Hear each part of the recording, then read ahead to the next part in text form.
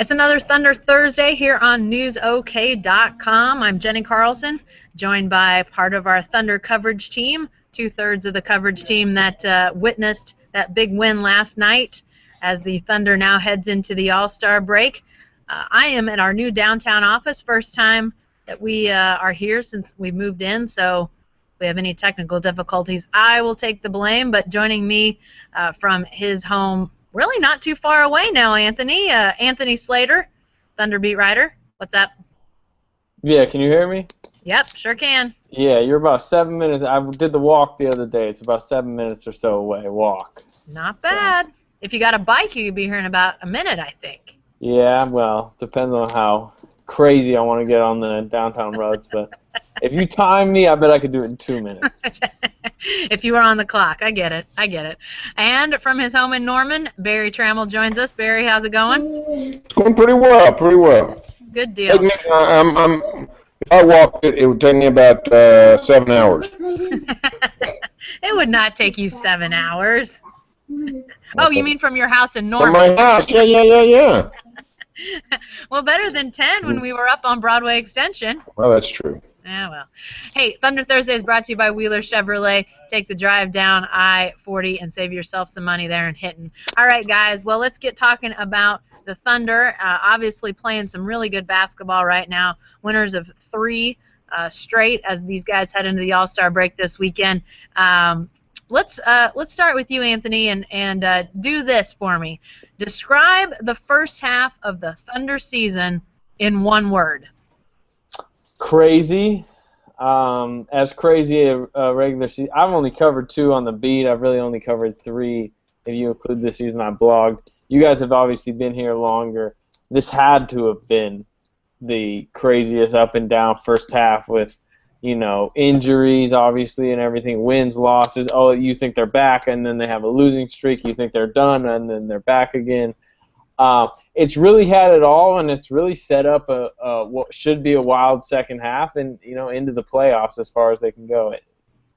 Barry, what about you? Do that, what I asked Anthony to do. Describe the first half of the Thunder season in one word. I would say a constant struggle. It's like AC said. When one injury after another, one slump after another, just when you think the Thunder's about to break into the clear, no, not going to happen. So at some point they got to hit some free and easy clearance, but so far we haven't seen it. Maybe this is the start of it. By the way, I did say one word, and you said constant struggle. We need to work on our math around here. Struggle. Struggle. Yeah, that's for sure.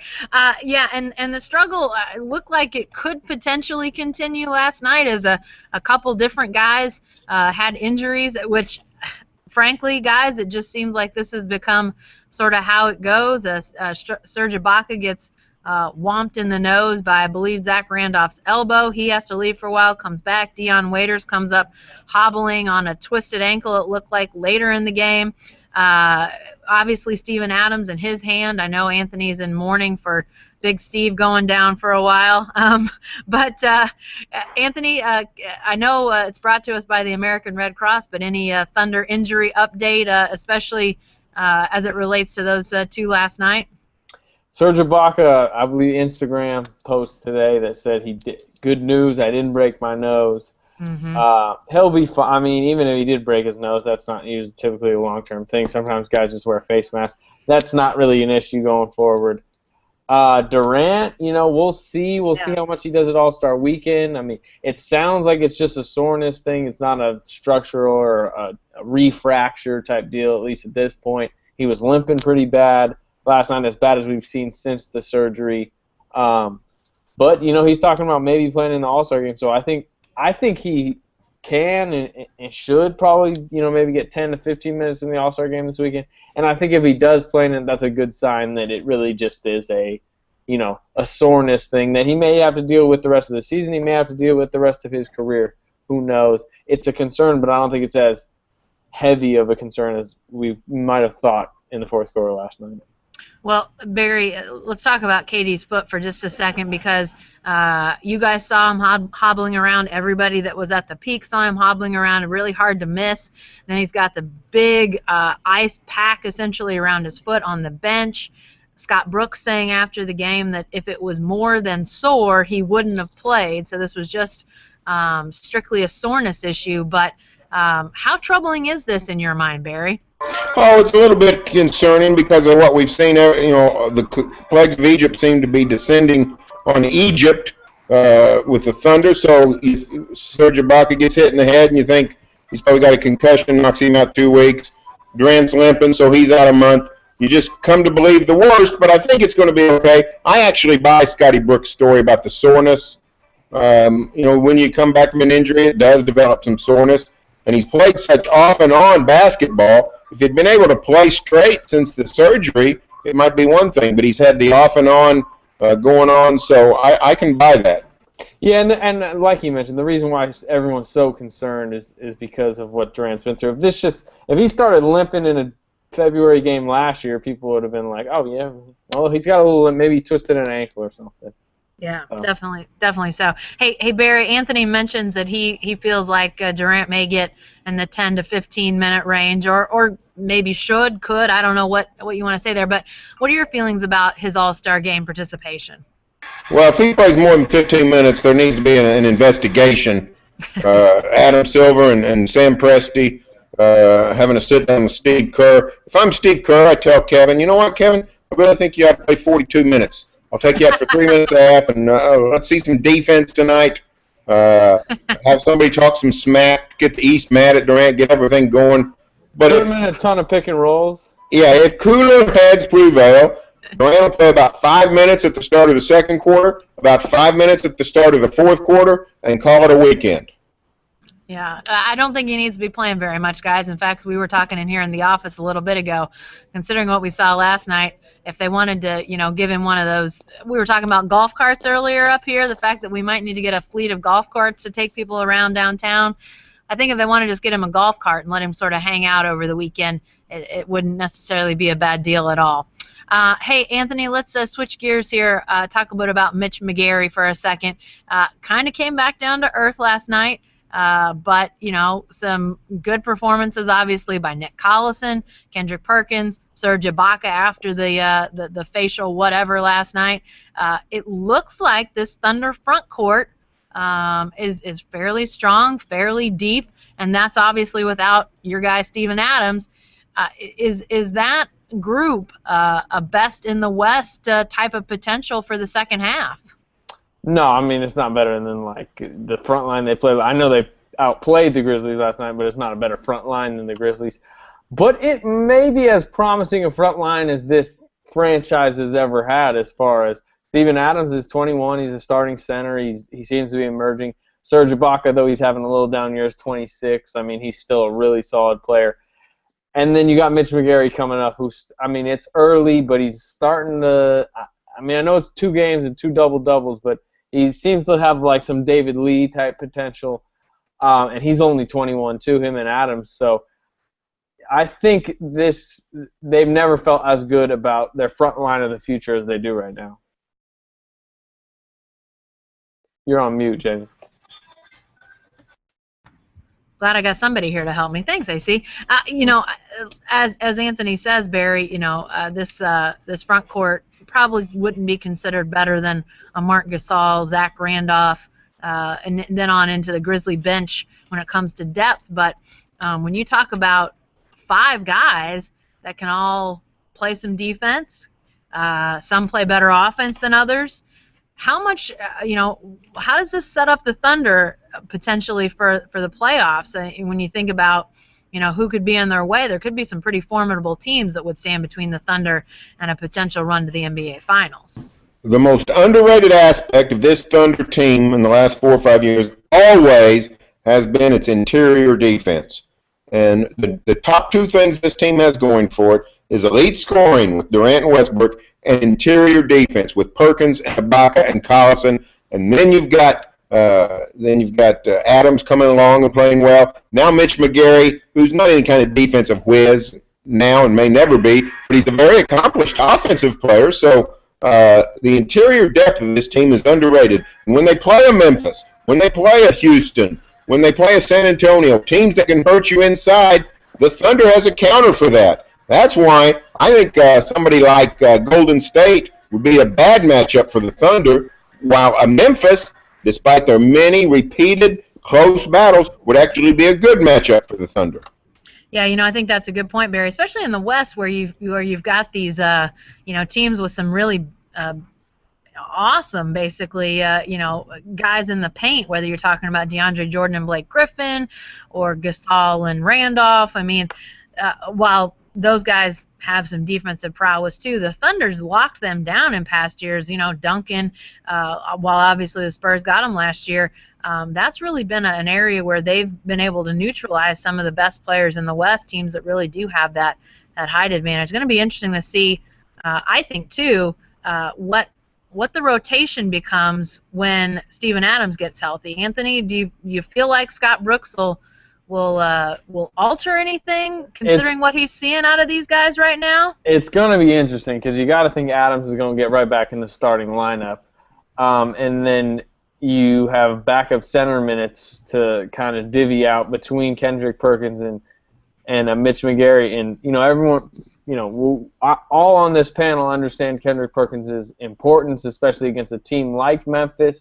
Yeah. But if Mitch McGary can, keep putting some of these performances out like he has been, I mean, he's an option on offense they haven't had beyond Adams or Perkins as far as catching and finishing like really consistently. We thought Adams was an upgrade over Perkins. Well, McGary looks to be an offensive upgrade over Adams. So it might be team to team, it might be matchup to matchup. But McGary, like against a team like the Warriors, Mitch McGary could find himself a nice role where Perkins might not matter as much against the Warriors, who I think they're going to be playing in the first round. Barry, does Scott Brooks give any pause to, especially the way these guys played defense last night? I mean, I know Memphis is no offensive juggernaut, but still, with the guys that they've got inside, the way that the Thunder played, does Scott Brooks give any pause to the idea of maybe going back to Kendrick Perkins as a starter instead of Steven Adams? I'm not even going to ask AC because I know the answer from him. Don't stunt the growth. I don't think so, but it's a fabulous question. It's a fabulous question because the truth of the matter is Perkins played excellent last night. He was plus 26 in the plus minus, and I think he had a bigger plus than he had minutes played. Wow. So, when Perk was on the court last night, good things happened. That's generally the way it is against Memphis, though. Yeah, I mean Perk is made for the Grizzlies, and AC's right. Against the Warriors, he's really not much use because they don't really have any inside scoring. So I think it's team to team. I doubt Perk gets back in the lineup if Adams returns, but I do think he'll play a bunch. Yeah, to me it's team. To me, Adams is your best two-way center. He can play defense. He can play offense. He starts. And then if you play a Warriors team, well, you need an offensive running type center. You play McGary. You play a team like the Grizzlies, you need more defense. You play Perk. That's how I kind of think it'll work out the rest of the year. Hey, guys, for folks who are watching us, newsok.com/live is where you're watching, and you see that we've got a little chat window over there. If you've got questions, comments, feel free to jump on in there. We've got a couple. Grant says, for him, the Thunder season in one word is uncertainty, which I think is reasonable. DW's got a question, though, and this definitely leads into our next area, which is now that we're at the midseason point, as we head into All-Star Weekend, we can talk about midseason awards, and DW wants to know picks for the MVP. Barry, let's start with you. Who is your MVP at this point? Well, it's not a very innovative selection. Mine neither. But to me, it's clearly LeBron James, for crying out loud. Oh, never mind. That's not mine.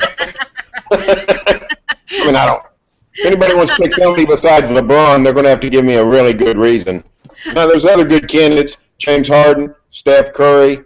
Not anybody. I think you can make a. Well, I don't know if you can make a case for anybody else besides those, but LeBron, Anthony Davis is okay, but Anthony Davis has been the best player in the league this year. He's just not on a very good team. Well, but the impact that LeBron has made on the league and on the Cavs and on the races, I just think I think we're looking for a reason to give it to somebody else. I agree with that, and I still think he's the best player. He did have that stretch where he sat out, and they are like fifth in a bad Eastern Conference. I think they'll end up being about second. But so I mean, I wouldn't mind at all if LeBron get it. But I do think you're right in the sense that I think we may be looking for somebody else to get it, and I think Steph Curry's going to get it. The Warriors are 41-9. He's putting up crazy numbers. They're fun to watch. Everyone loves Steph Curry, and an argument can be made that he has been the MVP. So I think he will be the MVP. It's interesting as you think about the Warriors and that crazy record and Steph Curry and the Splash Brothers and all that. I think Steve Kerr made the right choice going with the Warriors instead of the Knicks. You think? I mean, I don't know. The talent level seems pretty even. Lance Thomas getting big minutes for the Knicks. Lou Amundsen's one of their best players. Hey, seriously, Golden State's bench would beat the Knicks starters in a series. Probably sweep them. Maybe. I still think the Knicks, every time I see the Knicks doing anything, I think about the movie Eddie, which I'm not even sure if AC was around. I love that movie. My boy Rick Fox is in that movie. You love Eddie? Oh, my gosh. It's a good movie. This hangout's about ready to go off the rails. You know what, though? The players that play for the Knicks sort of are all like I sort of see them all as like typecasting. Like it wasn't Eddie. Like there was the crazy like egocentric guy and the crazy country guy, and like I think these Knicks are the same way. It's really strange how like Eddie becomes reality. Except I don't know who Whoopi Goldberg is. That's yet to be seen. I was going to say the plot in Eddie has definitely not played out because we have not had a fan come down and coach. No, definitely not. Hey, just to finish up this MVP discussion, question, I mentioned DW asked about that, and I'll ask the second part of his question, which is, does Russ have a chance at all at that award? Is there any chance that Russell Westbrook, AC, makes a push towards the MVP voting? Not a legitimate, serious one. I mean, he can kind of be in that fringe discussion of guys who've had just monster years. He's probably had his best year ever, but he's missed, I believe, 14 games. The Thunder are going to be an 8 seed, and then Kevin Durant still comes back and is his 1A, 1B type thing. So, no, he's not going to legitimately be in this year's discussion.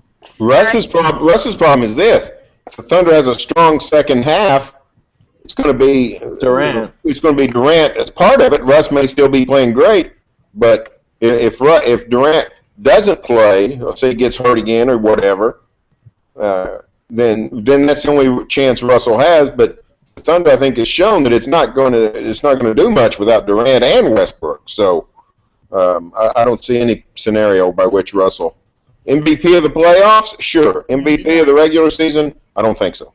You know, it's interesting, and Barry, I think you mentioned him, James Harden. I thought there for a while he might end up being the guy that at the halfway mark was the leading candidate for MVP. I don't think it's going to happen. I don't think it's going to happen this year. It's not to say it won't happen ever, though. And if and when that does happen, it's going to be really, really interesting to see how Thunder fans, Thunder types, whoever you want to talk about with the Thunder, how they all react to that, because watching James Harden go crazy early in the season, especially when OKC had everybody hurt, I think that was kind of a shock to the system for a lot of people. So let's talk about a few more midseason awards.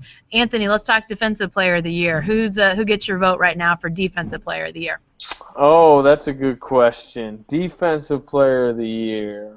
Barry, you got any thoughts on that? Anthony Davis, probably. If he's not going to win MVP, I'll take Davis is who came to my mind. He blocks shots like Serge Ibaka, rebounds like Dwight Howard. I don't know what more you could ask out of the guy. And he's a pretty good individual defender just because he's so long. Yeah, definitely so. What about rookies? Who's your Rookie of the Year, Barry? It's pretty clear. Go ahead, AC. Andrew Wiggins. Or Mitch McGary, right, if he can make a push. No, Andrew Wiggins, I think, has been pretty clearly the Rookie of the Year. It has not been a great rookie crop. No. Well, it was supposed to be. A lot of them got hurt. Yeah, considering it was supposed to be the class of all time, I thought Jabari Parker had a shot at it, but he gets knocked out early. Julius Randle goes down in the Randle first game. barely played, so but Wiggins is going to be a star, and he's really good now. So I think he's the guy. What about most improved? AC, you got a leader for most improved? Oh man, I'm blanking right now. Somebody, I was thinking about this award the other day, and somebody was like really obvious. Jimmy Butler, I think, is probably going to win it. Mm-hmm. I got a name for you. DeMarre Carroll is playing great. You love DeMarre Carroll. I do love DeMarre Carroll. There's no doubt about that. However, he's playing great, and he was just a guy. I mean, he was just a guy there for a long while. It's true, but usually it goes to not somebody that went just a guy to really good rotation player. It's usually rotation player to stars, just typically how that award goes. It's not star, but like, a Jimmy Butler type. I think he's the kind of player that usually wins that award, and I think he'll win. He's a great choice. He's become a star. Yeah, definitely so. All right, lastly on our midseason awards rundown, guys, Coach of the Year. Who wants to take a stab at that first? Not Scott Brooks. Oh, geez. I didn't say who wasn't. I said who is. Come on. It's a Thunder Hangout, so I had to get that out of the way. It's the guy in Atlanta, clearly. Yeah, Budenholzer. I would agree with that. The only other guy. I don't even know the name, Barry. I didn't say I knew his name. I just said the guy in Atlanta. Mike Budenholzer. He'd be a good option, and then if you look in the West, Steve Kerr would be the other option. I think Budenholzer though. Budenholzer doesn't have a Steph Curry, and you can argue that Mark Jackson kind of built that team up. Budenholzer really has built that Hawks team himself, and is now coaching them to whatever. They're way out in front in the East. Definitely so. All right, guys, let's get off the awards track and talk more second half predictions. By the way, if you're watching us, this is the Thunder Thursday Hangout brought to you by Wheeler Chevrolet, talking Thunder, talking NBA. Guys, on the newsok.com/live page, we got a question that leads us into this second half predictions. The Hollinger numbers say that the playoff odds for Oklahoma City, this is from John, says that Oklahoma City has a 1.5% chance to win the championship. Barry, is that a fair percentage? I think it's a bit low. I would go more in the range of. I'd go more in the range of. 7? Well, let's say I think they got about a 75% chance of making it to the playoffs. All right, something like that. More than that. You think more than that? Whatever. Let's go 80. That's a good round number. And then when you get into a series against the Warriors, I think then the odds drop dramatically. I think Thunder's in the 30, maybe 35% range of winning that series. And if you go with the next series, that might be a 50-50 series. If you go to the finals, 50-50. So you're down in the 4 to 5% range. AC, is that better? Wait. That's not the finals. To win the finals, then you're down in the 2% range. Because that's a 50-50 deal. So I'll say Hollinger's pretty close. All right. I think the Hollinger thing doesn't take as much into account. Like, hey, they had a ton of injuries, but now they have their full team back. It's just more. This team is 27-25. They've scored this many per possession. Blah blah blah. So I agree. I'd say. Not doing like strict math like Barry just did, I'd probably say between 5 and 10%. It's weird. I mean, I agree they'd have about a 35% chance against the Warriors in that first round, but I'd really favor them if they got into a second round series with like the Blazers or Rockets or something. Mm-hmm. But I mean, maybe my math's off. But if I'm off, I go from 50% to 60%. So it doesn't change dramatically. Yeah. Well, I mean, you guys are right, because it does look like that first round series would be against the Warriors. That's where the Thunder can really figure out a way to kick it into gear and even get to the 7 seed. It would be huge when it comes to their playoff odds. We talked about that on the podcast that should be dropping right about as we speak today. It's really unlikely that they get to the 7. I believe they're 6.5 behind the Clippers and 6 behind the Spurs. I don't think they're going to be 6 games better than the Spurs in the second half. And I know Blake Griffin's out, but Clippers would really have to fall off. So really, to me, is looking like they're going to get the 8 and the Warriors are going to get the 1. It's setting up like that. Wow. At this point, are you guys firmly in the Thunder in the playoffs camp? Yeah. The Pelicans are 1 game back of the Thunder. Anthony Davis is having some injury issues. They just don't have enough around him, so I've kind of already eliminated them in my mind. The Suns, they're frisky, but they're 3-7 in their last 10 games. I think their last 10 games, they really ruined their shot to separate themselves from the Thunder, because the Thunder are going to close harder. They have an easier schedule. They have a lot of home games, and they're proven. In, Barry, or out? Well, I think they're in. I think I gave it a 75% chance, so I'll stick with that. I think, barring further injury, I think they're going to get in. They're playing well. They're better than the Suns when they have everybody. Really, a lot better. When they have everybody, the Thunder's about as good as anybody in the West, with the possible exception of the Warriors, if they turn out to be in the playoffs, what we've seen in the regular season. So, if the Thunder can just get there, they're going to have a fighting chance. Sure, definitely. So I think I saw somebody. And I think they're going to get there. Yeah, and I think I saw somebody mention last night, or maybe it was a couple nights ago, that you get reminded, when these guys start playing like they are currently, when they've got everybody, when they're firing on all cylinders, just how good, how tough this team can be. So I think that there's that realization that if they get in, that's not a typical 8 that gets in to the playoffs with that kind of talent. Lastly, guys, on this, and then we've got one more question on the newsok.com live page, talking about playoffs, talking about the finals. Who are your finals teams right now? AC, who you got in the finals? Warriors, Cavs. And I'll take the Cavs, which was I picked the Cavs at the start of the season, and then it was looking like, oh, that might be a terrible pick, but now I feel like it's back to that might be All right, Cavs, Warriors for AC. Barry, who you got? I got Memphis Cavs, and I'll take Memphis to win it all. Wow. I cut off. Who do you say? Memphis Cavs. I could see that too. I mean, Memphis is legit. Last night we didn't see it, but it just seemed like they kind of laid down a little bit last night. They were tired last night. Yeah, that was a giveaway game. You could almost tell in Dave Yeager's pregame comments last night, it was like, I don't know how much energy they're going to come out with tonight. Hey, lastly, guys, before we finish up, trade deadline fast approaches, and Tavia888, who I don't know what that all means, has a question on the chat live page that says, Reggie Jackson, Jeremy Lamb, Perry Jones, who's more likely to be traded this week?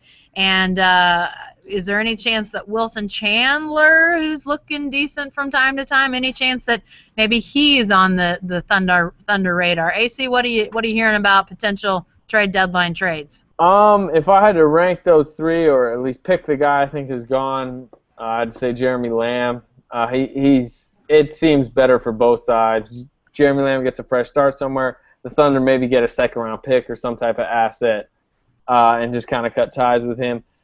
After that, I mean, Perry Jones could be used in a package, and I wouldn't be surprised if the Thunder used him in a package. But he still sometimes comes in and plays occasionally. And, if Durant has some injury issues, he kind of does become somewhat important.